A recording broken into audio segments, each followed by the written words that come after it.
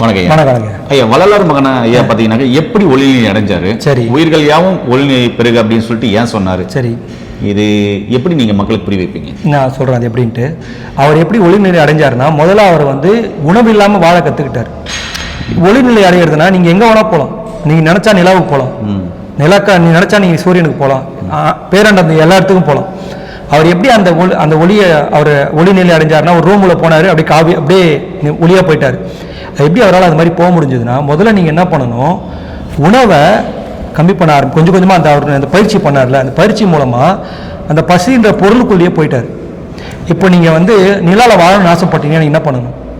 இப்போ எல்லாம் விஞ்ஞானி என்ன பண்ணுறாங்க, நிலால கொண்டு தண்ணி வச்சுக்க முடியுமா, நிலால காற்று எத்தனை வச்சுக்க முடியுமான்னு யோசிக்கிறாங்க. நீங்கள் நிலாவுக்கு போகணும்னு ஆசைப்பட்டீங்கன்னா உங்களுக்கு மூச்சு இல்லாமல் வாழ கற்றுக்கணும், சாப்பாடு இல்லாமல் வாழ கற்றுக்கணும், தண்ணி இல்லாமல் வாழ கற்றுக்கணும். நிலத்தை சார்ந்து இருக்கக்கூடாது. நிலத்தை சார்ந்து இருக்கக்கூடாது என்ன, நிலத்தில் வரல பொருளை சாப்பிடாம இருக்கணும். புரியுதுங்களா? இதுதான் கான்செப்ட். அவர் என்ன பண்ணாரு, கொஞ்சம் கொஞ்சமாக அவர் அந்த பயிற்சி பண்ணி இப்போ உங்களுக்கு நில சக்தி வேணும்னா நிலத்திலேருந்து டேரக்டா எடுத்துக்கிட்டாரு. சூரிய சக்தி வேணா சூரிய சக்தி டேரக்டா எடுத்துக்கிட்டாரு. நம்ம என்ன பண்றோம், நிலத்தில் வர தாவரத்தை சாப்பிட்டோ நான்வெஜ் இது ஏதாவது மாமிசத்தை சாப்பிட்டோ அந்த சக்தியை எடுத்துக்கிறோம். ஆனால் அவர் டேரக்டா நம்ம மாதிரி செகண்ட் சோர்ஸ் கிடையாது, டைரக்ட் சோர்ஸ்.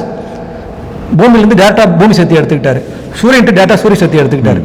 இது மாதிரி இப்போ கடந்த ஒரு 30-40 வருஷத்துக்கு முன்னாடி இங்கே நார்த் இந்தியாவில் ஒரு தாத்தா இருந்திருக்காரு. அவர் செக் பண்ணாங்க, அவர் ரூமில் வச்சு அடைச்சி அவரை எந்த உணவு எடுத்துக்காம அவர் எப்படி இருக்கிறாரு 2 வீக்ஸ் செக் பண்ணாங்க.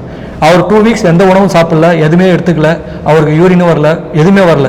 அவர் ரூமில் 2 வீக்ஸாக இருந்தார். அவரால் எப்படி இருக்க முடிஞ்சது? அதுதான் அந்த பயிற்சி பண்ண நமக்கு உணவு தேவைப்படாது. நமக்கு இப்போ சூரிய சக்தி தான் நம்ம எல்லாமே, நம்ம பஞ்சபூதத்தை நம்பி தான் நம்ம இருக்கோம். சூரிய சக்தி வேணா நம்ம தாவரத்தை சாப்பிட்டு பசி எடுத்து அடக்கிக்கிறோம். அவர் என்ன பண்ண, டேரக்டா சூரியன்ட்ட சக்தியை வாங்கிப்பார். ஒரு ஃபோட்டோலாம் பார்த்துருப்பீங்க, உட்காந்துருப்பாங்க, டேரக்டா சூரியன்லேருந்து சக்தி நம்ம தலையில் இறங்கும். அந்த ஃபோட்டோலாம் பார்த்துருப்பீங்க. அந்த மாதிரி அந்த சக்தியை டேரக்டா எடுத்துப்பாங்க அங்கேருந்து. அப்படி எடுக்க ஆரம்பிச்சிட்டாங்கன்னா அவங்களுக்கு உணவே தேவைப்படாது. இது தான் சாகா கல்வி, இதுதான் கல்வியோட ஃபைனல். அது நம்ம பயிற்சி பண்ணலாம். இந்த மாதிரி கொஞ்சம் கொஞ்சமாக அவர் உட்கார்ந்த பொசிஷனில் உட்கார ஆரம்பித்தோம்னா, அவர் 52 வருஷம் அந்த பொசிஷனில் உட்காந்துருந்தார். 52 வருஷம் கழிச்சு யாரும் கேட்கலன்னா அவர் ஒளியாக மாறிட்டார். அவர் பிறந்ததுலேருந்து 52 வருஷம் இருந்திருக்காரு. அவர் எவ்வளோ காலம் உட்கார்ந்தாரு, எவ்வளோ காலம் அப்படி இருந்தாருன்னு தெரியல. கொஞ்ச காலம் உட்காந்துருந்தாரு, கொஞ்ச காலம் ஸ்டாண்டிங்கில் நின்றுட்டு இருந்தார். ஆனாலும் அந்த முக்காடை கட்டவே இல்லை. நீங்கள் எப்போ பார்த்தாலும் வள்ளலாரை ஃபுல்லாக முக்காடோட தான் பார்த்துருப்பாங்க. நம்மளால ஒரு அரை மணி நேரம் உட்காந்து முக்காடு போட முடியல, ஆனால் அவர் ஃபுல்லாக முக்காடு போட்டே இருந்திருக்காரு.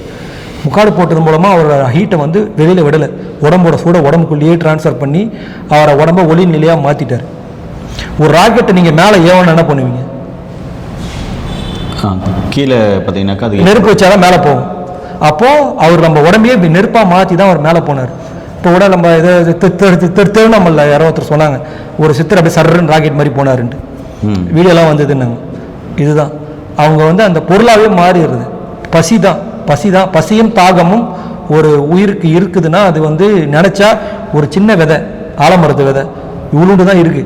அந்த பசியோட இது விரிவடைஞ்சு இவ்வளோ பெரிய ஆலமரமாக இருக்கு. அதுதான் அந்த பசி. அது திருப்பி அதுக்குள்ளேயே போயிடலாம் நம்ம.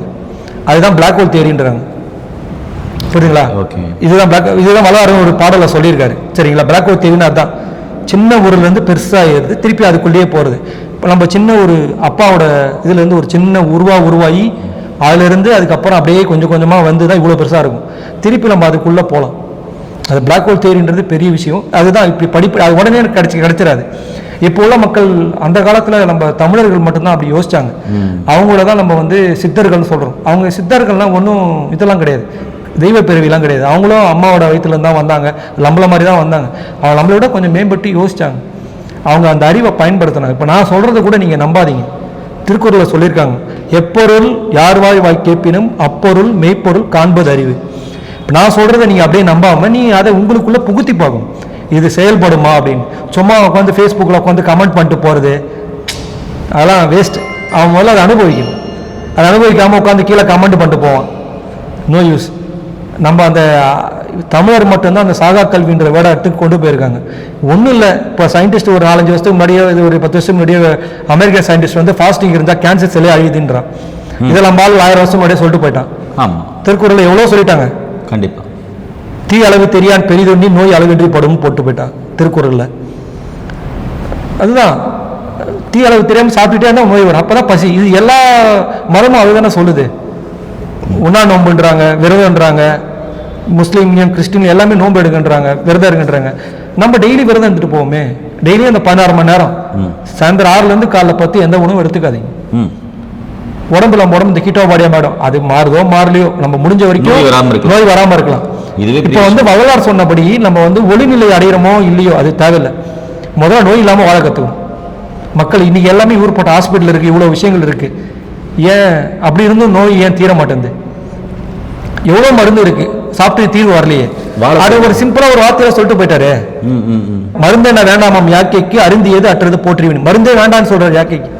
அப்படி சொல்லும் போது மருந்தே இல்லைன்றாரு. மருந்தே வேணாம், எதுக்கு நீங்க மருந்து தேடி போறீங்க?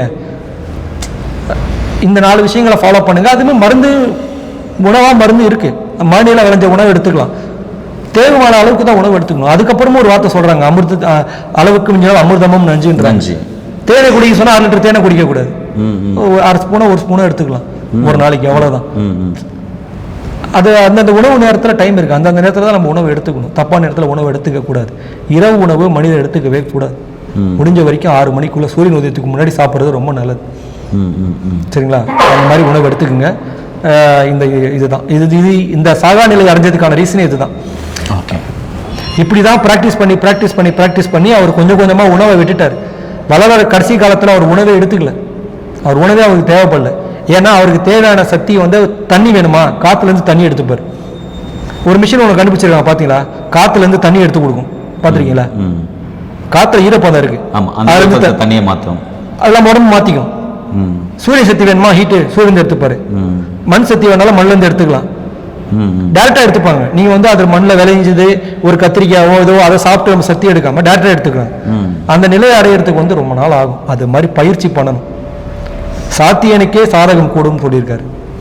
சாத்தியன் அந்த பயிற்சி பண்றவனுக்கு தான் சாத்தியம் கிடைக்கும். சரிங்களா? அது பயிற்சி பண்ணணும். அது கொஞ்சம் இப்போ நான் பயிற்சி பண்ணிட்டு இருக்கேன், 3 மணி நேரம் டெய்லி உட்காடுறேன். கொஞ்சம் கொஞ்சமா அதை உட்கார ஆரம்பிச்சோம்னா கொஞ்சம் கொஞ்சமா இப்போ நான் ஒரு 2 வேளை உணவு தான் எடுத்துக்கிறேன். இவ்வளவு பெரிய பாடி வச்சிருக்கேன். என்னோட உணவு 2 வேளை உணவு தான், அது அரைவேறு உணவு தான். காலைல 9லேருந்து 10 மணிக்கு ஒரு உணவு, சாயந்தரம் 5லேருந்து 6க்குள்ள ஒரு உணவு, அவ்வளோதான். 2 வேளை உணவு, அரிசி சோறு மட்டும்தான். கூட வீட்டில் சமைக்கிறது உணவு எடுத்துப்பேன். நெய் ரொம்ப ரொம்ப நல்லது மனிதனுக்கு. நெய்யும் மோரும் எடுத்துக்கலாம். நெய் சுருக்கி மோர் பெருக்கி, நீர் சுருக்கி, மோரை பெருக்கி சாப்பிடணும், நெய்யை உருக்கி சாப்பிடணும். நெய் ரொம்ப ரொம்ப நல்லது. நல்ல நெய்யாக, நல்ல ஒரிஜினல் நெய்யாக கிடச்சதுன்னா வாங்கி சாப்பாடில், சூடு சாப்பாடில் போட்டு நெய் சாப்பிட்லாம். டெய்லி சாப்பிட்றதுக்கு முன்னாடி கொஞ்சம் காலையில் இல்லை கொஞ்சம் ஒயிட் ரைஸ் நல்லா சூடான சாப்பாட்டில் நெய் போட்டு பிசைஞ்சு கூட மிளகு சீரக பொடி போட்டு சாப்பிட்லாம், நல்லது. வளரார் மகன் ஐயா எப்படி ஒளியா மாறினாரு, நாம எப்படி வாழலாம் அப்படின்றத அழகாக புரி வச்சிருக்காரு. மீண்டும் இன்னொரு அருமையான பதில் சந்திக்கலாம். நன்றி, வணக்கம். வணக்கம் ஐயா.